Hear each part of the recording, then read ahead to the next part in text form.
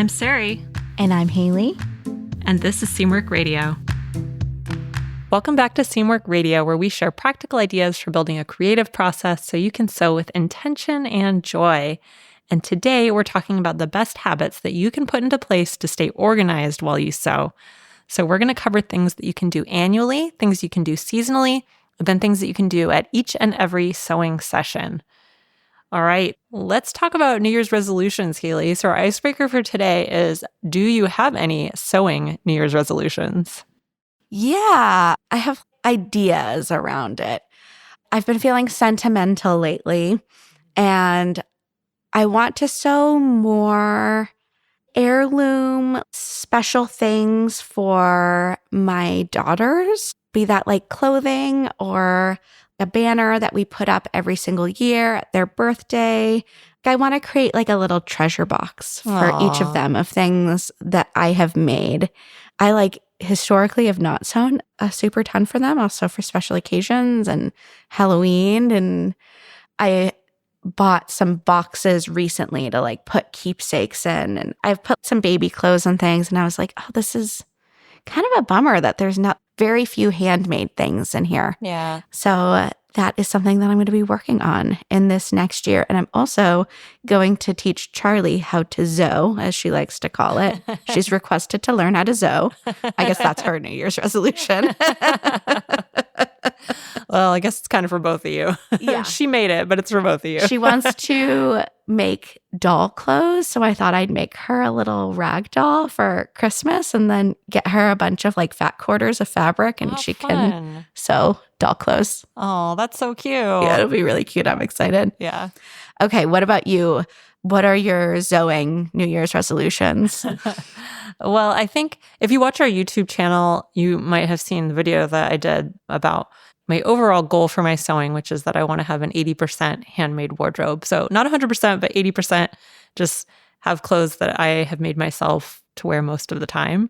So that's kind of filtering into my New Year's resolution, which is to make some progress on that. I haven't figured out how to make that concrete, how many things I want to make, if I want to make it a goal of how many pieces I want to sew or maybe replace in my closet. So I have to think about that aspect of it a little bit, but it's something towards that. I do want to make more of the things that I really enjoy sewing and the things that I enjoy wearing.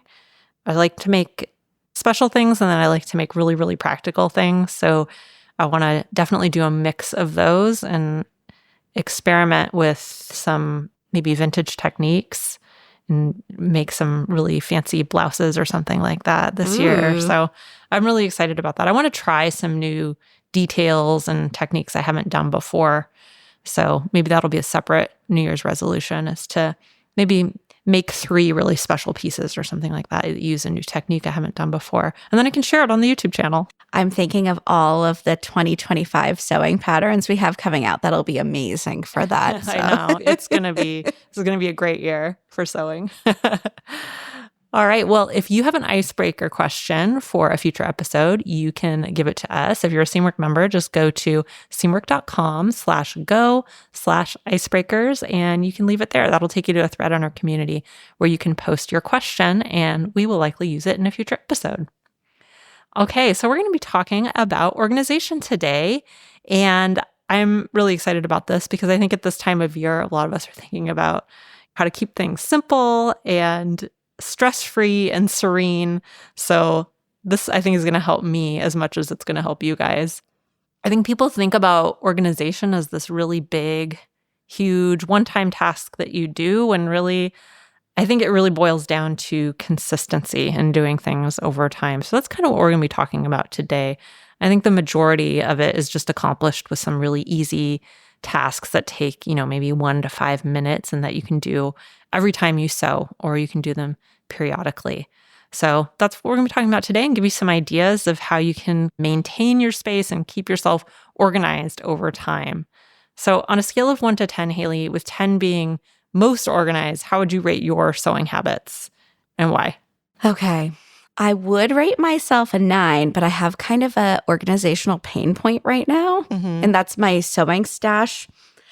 I'm using an organizational system for a closet that it doesn't really work for. It's from my old house, and I've lived in this house for coming on 3 years, but I just haven't invested the money in figuring out a new system. So it is a little bit of a pain point for me. It's not totally disorganized, but it's just a little impractical. So I'm going to knock it down to an 8 because of that. But I'm pretty organized. If you ask me to find something, I can find it for you in a matter of minutes. And I'm really good about like cleaning up as I go and all of that kind of stuff. I'm like generally a you're pretty organized. tidy person. You're pretty tidy. What about you? What's your number? So I think in life, in general, I would give myself, I'm talking about my natural tendencies, like a 5 at best. I am not an organized person. I mean, I am an organized person, but I'm not a tidy person. Okay. I think there's a difference. I think I'm very good at organizing information and ideas and stuff like that, but I'm not great with physical stuff. Generally, I would say this is not my forte, but I've really worked on my sewing space and getting all the things in place. And I think that's a testament to what we're going to talk about today, which is just having some of the right tools and the right processes in place to keep yourself organized goes a long, long way, even if you're like me and you're naturally kind of messy. So I'd say in my sewing area, I'm like a 7.5, I would say. Pretty good. I would even mark you as an 8. Really? I think your sewing shed is like really... It is pretty organized. Organized. I would say the sticking point for me is when I'm in the middle of a project, it gets a little chaotic in there. I tend to clean up in little bursts. So we'll talk about that a little bit today. But other than that, I think I'm pretty organized in there. So what area do you think you can improve your organization the most? Well, I think fabric probably. I've worked on that for sure. And we'll talk about some videos of my sewing shed that you can go watch if you want to see some of the things I've done in there. But I could probably use more fabric cleanouts, just cleaning out my stash more often. I think that's the area I struggle with because I have a lot of fabric that I really love, but realistically probably won't get to it all. Yeah. I feel like that's my pain point is like my fabric organizational system is just not super great right now. And I have everything picked out from IKEA that I want, but I'm like being cheap about it. And I also don't want to build a bunch of IKEA furniture. Yeah, that's a thing for me with IKEA. Maybe I can bribe Eric into doing it for me. I don't know. We should do an IKEA run together. I could use some task lighting for sure. Oh my gosh, yes. I have a long list. Let me know. Yeah, that's probably my pain point right now. And the area that needs a little bit of extra love. Maybe I'll tackle it soon. Do you have any ways that you trick yourself into staying organized, like mind hacks? I don't know if I have any mind hacks necessarily, but I do think having some little rituals around it. I don't know if that's a mind hack, but that really helps me because I think the more I can automate things, especially things that I don't particularly like doing, the better. So just as an example, like I'm really bad about putting away my laundry because Ken does the laundry in our house and he always does it on Sundays. And I always forget about it until it's time to go to bed and it's Sunday night and I have to be up early in the morning and I get to the bedroom and there's laundry everywhere. So I've been working lately on having kind of a routine around it where I have time set aside each weekend to just put away laundry so I don't forget about it. So I think those kinds of things, if I can create a ritual in my day or in my week to do something that I don't enjoy, that really, really helps me. What about you? I like to talk about future Haley like she's like a different person than me. Ooh, I like that. Because I think that a lot of people can relate to this. Sometimes it's easier to convince yourself to do something if it's for someone else instead of for yourself. Yeah. Just like a whole other like issue that we won't get into. But if I talk about future Haley like she's someone else, I'm like, you know what? Let's just put it away for future Haley. She's going to love it. It's this little conversation I have in my mind. And I'm like, yeah, she will. She definitely will. I'm going to try that with the laundry. Try it. I don't know why it like works really well for me. The laundry made me think of another little tip, which is combining. I think I've read about this in books too, but this is something I've been doing a long time, which is combining something you don't enjoy with something you do enjoy. Oh yeah, habit stacking. Yeah, so that you can get it done. So that's really helpful. So when I put away laundry, I always put a podcast on or an audiobook or whatever, something that's going to be enjoyable to listen to. So it feels like me time while I'm doing it. So that's another little little trick I use. I love that. One of my like drawing tasks for work that I always put off doing is drawing the inside flats because it takes thinking, but not thinking super hard. Yeah. And I always put on like an audiobook or something to like convince myself, talk myself into doing it. Yeah. All right. Well, let's get into our tips. So we talked about how we're going to approach this, which is to look at habits that you can create around every sewing session. And then we're going to talk about habits that you can create for each season and then ones you can do just once a year. So we're going to start with the ones that you can do every time you sew. So here are a few things that could be helpful to you.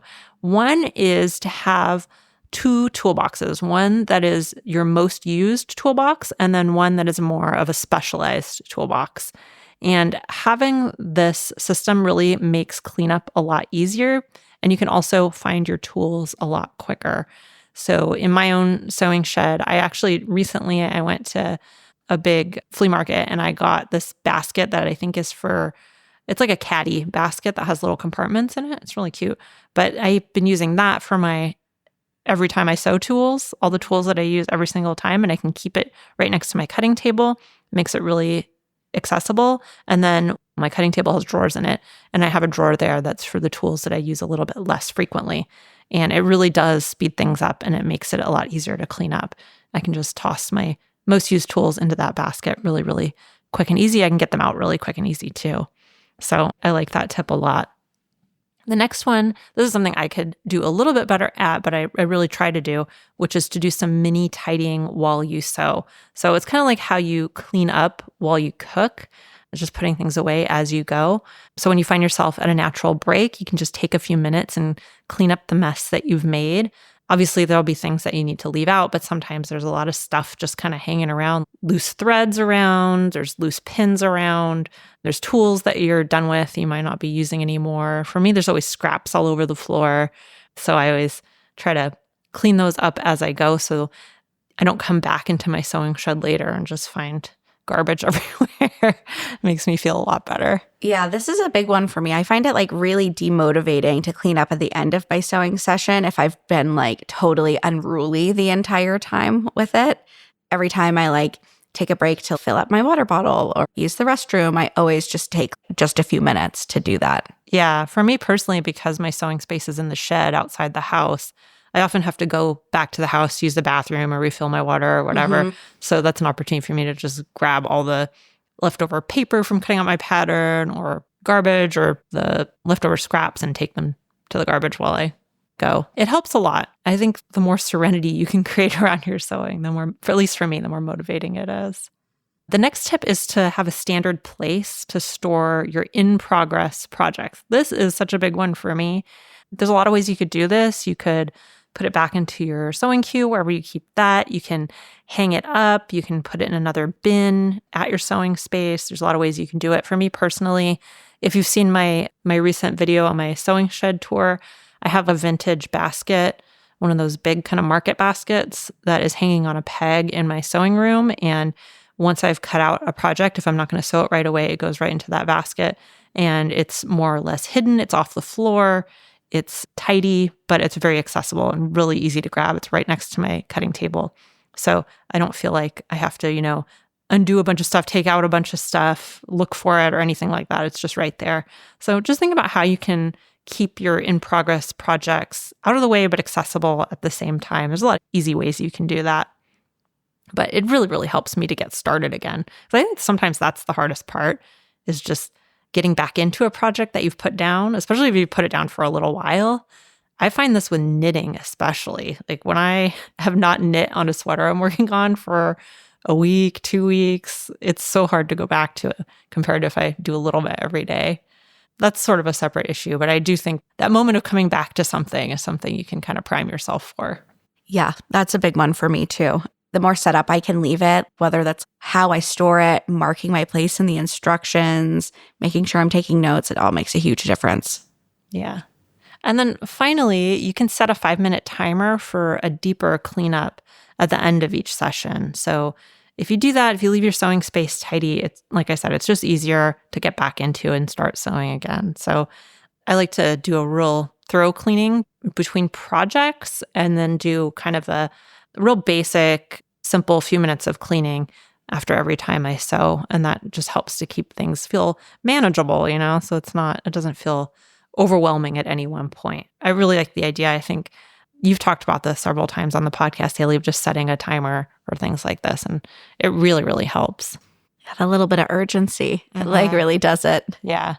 And it tricks your mind into not thinking it's this endless task. This will only be 5 minutes of my life and then we're done. Yeah. And I think this works even for things that you enjoy doing. Weirdly, for sewing, for example, sometimes I'll put it off because I don't feel like I have enough time before I have to make dinner or whatever. I was feeling this way last night. I was like, I'd planned to sew after work. And then I was like, well, I got to make dinner in like half an hour. And, I don't have time. But you can sew for any period of time. So sometimes just setting a little timer and being like, well, I could do it for 5 minutes. I could do it for 10 minutes. I could do it for 15 minutes. You can set a sleeve. You can sew a zipper. Yeah. Lots of things. Yeah. Again, just kind of getting over those mental hurdles sometimes. Yeah.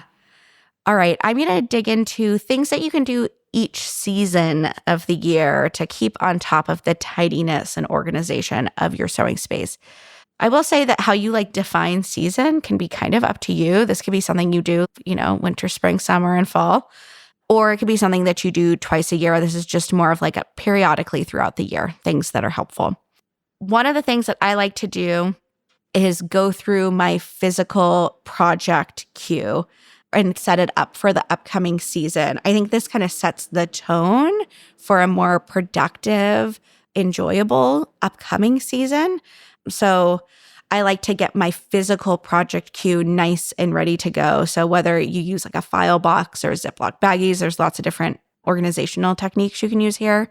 Sarai actually has a really great video. It's called 5 Genius Ideas for Organizing Your Fabric Stash, which can really set you up well for organizing that queue. It can help to have a planning process. I really like Design Your Wardrobe, and I like that we have it each season now. So it can be a nice reminder to kind of kick off the upcoming season. I also like to take inventory of what I have. I put away the projects that I didn't get to last season. I de-stash and just do a once-over of my sewing space, put things away, get rid of things that I don't think I'm going to use anymore. This doesn't have to be a super deep de-stash, but just set a 20-minute timer and kind of go through your space. Really helpful. Yeah. Pick something to declutter. This is where I'll get a little bit more focused on one particular area. I think that if you set a goal to organize your entire sewing space and all of your sewing stuff all in one day, you probably are going to burn yourself out, more than likely. So I like to pick one area that I'm going to declutter. So this can be my fabric. If I'm feeling low energy, it could be my thread. It can be as big or as small as you want it to be, but pick something and declutter it, organize it a little bit. And then that way, if you pick something new each season, you never have to do a whole reset of your sewing space. You can just kind of file through those guys. Yeah. And then do a little deeper clean of your sewing space. Take care of the things you don't do on your day-to-day. So maybe this will be different for everyone depending on your space. Maybe it's dusting your light fixture or washing the curtains or something. Set a timer for yourself. This can be like a 30-minute timer, a 15-minute timer, and do a little bit of a deeper clean of the space. Some of those eyesores that you've maybe been noticing each and every time you sew, but never get around to. Yeah. For me, it's the rug in my sewing space. Which, gosh. I was in there over the weekend and I was out in the yard with the dogs. And I don't think Gordy, our new dog, had seen me out there before. So he got so excited when he saw me and he ran in and there were muddy paw prints all over it. So if you've seen my recent sewing shed video, I talk a bit about this rug and ideas for replacing it. You need a printed one. Yeah. I have a big printed rug and it hides all of the little bits and bobs. Yeah, we have one in our entrance and it hides dirt a lot better. It still needs to be cleaned a lot, but it at least doesn't look so filthy. For me, it's my window. My desk faces a window and every few months, I just got to get the Windex or the squeegee out and give it a clean because all the little smudges, I don't know how they get there. Children is probably how they get there. It just needs to be cleaned. Those little things that bother you. Go ahead and indulge yourself in fixing those. Yeah. It feels good when you set aside the time specifically for it, I think. And whenever I do this, I always feel like a deep need to sew after. I'm like, I want to be in this space. Yeah. Give me a project right now. That's true. Yeah. All right. We have one more that I want to share with you, which is our habits for each year. So we've talked about each session. We've talked about seasonally. So let's talk about habits for each year. So the first one is to take your machine in for servicing. This should definitely be done on the regular. The more you ignore this, the bigger the problems you can encounter with your machine. So this is definitely something you want to keep on top of. Get your scissors sharpened and replace any tools that are dull or broken. I think it's a good time to kind of go through your pins, for example, get rid of anything that's bent. I know I tend to sometimes ignore the broken or bent pins until it's too late and I've got one in there. That's something you can do once a year. Just kind of go through everything and make sure that all your tools are in tip-top shape. You can even do an annual retrospective, reflect on what you've made in the last year, maybe do a little bit of journaling, start making a list of things that you want to do differently this year, things that you've learned, things that you want to try. I think it's helpful just to sit down, even if it's just for 15 minutes and kind of bullet things out. It can be really helpful. I personally am a big fan of writing down lessons learned. This is helpful to do as you go, but then you can kind of take all of those lessons and maybe catalog them for an entire year at the end of the year, the beginning of a new one. I find that really, really helpful with sewing or with anything, really. So those are the habits that we wanted to share with you that are going to help you to stay organized, whether you're a naturally organized person like Haley or a naturally disorganized person like me, or I should say naturally messy person like me. Organized but messy. Let me just share kind of a recap of those habits, and then we'll talk about what our big takeaways are. So the habits that you can do with each sewing session that we shared are to have a most used toolbox and a specialized toolbox, to do some mini tidying while you sew, to have a standard place to store your in-progress projects, and to set a 5-minute timer for a deeper cleanup at the end of each session. And then the habits for each season, which Haley shared, are to have a physical project queue with all of your fabric and supplies ready to go, to take an inventory of what you have seasonally, to pick one thing to declutter for the season, and to do a little bit of a deeper cleaning. And then habits that you can do once a year are to take your machine in, get your scissors sharpened and replace tools that need to be replaced, and to do an annual retrospective on what you've made and what you've learned for the year. So those are some of our tips for staying organized. What's your big takeaway from this episode, Haley? I was just thinking about how being good at something like organization, for example, like we're talking about today, really in a lot of cases boils down to the day-to-day habits that you create and like the process or approach you take to it, whether it's being organized or learning how to sew or expanding on a particular skill. Like those two things are kind of the keys to unlocking self-improvement. And I think that sometimes we can like build things up to be this big thing or put pressure on ourselves to get really good at something overnight, when really it's like a long-term commitment of teeny tiny steps. Yeah. Which you can choose to look at as daunting, I guess, but I look at it as really freeing, that I don't have to be good at something overnight. I don't have to do everything in one day. I just have to take one step forward, put one foot in front of the other each and every day. Yeah, that's something I was thinking about as you were recapping for us. Yeah. I think mine is kind of related, which is that I think often the first step is always the hardest. I think that anything you can do to get over that mental hurdle, that first step in something that is either something you don't want to do or something that's just daunting, or that you're not sure how to proceed, or that just makes you anxious or uncertain, you kind of have to find the ways that work for you to trick yourself to get over that hurdle in order to get into it. And then once you're into it, you find that it's usually not as scary or as difficult or as unpleasant as you thought it was going to be. I think that's true for a lot of things. For me, cleaning. Yeah. Well, if you need more help staying organized, we actually have a free tool that can help you. It's the ultimate guide to setting up your sewing space, which is a free mini guide that has tons of tips and ideas for creating a better and more functional sewing area, no matter how much space you have. So if you want that, you can download it at seamwork.com/go/sewing spaces. So that's seamwork.com/go/sewing spaces. And if you like this episode, you can leave us a review.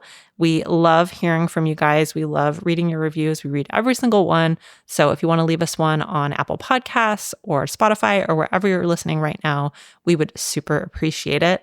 And you can also follow us on YouTube at Seamwork Video. We are always producing videos over there, and they are really, really fun to make. And I think they're pretty fun to watch. So if you've been interested in hearing anything about my sewing shed or seeing it in action, you can see it over there.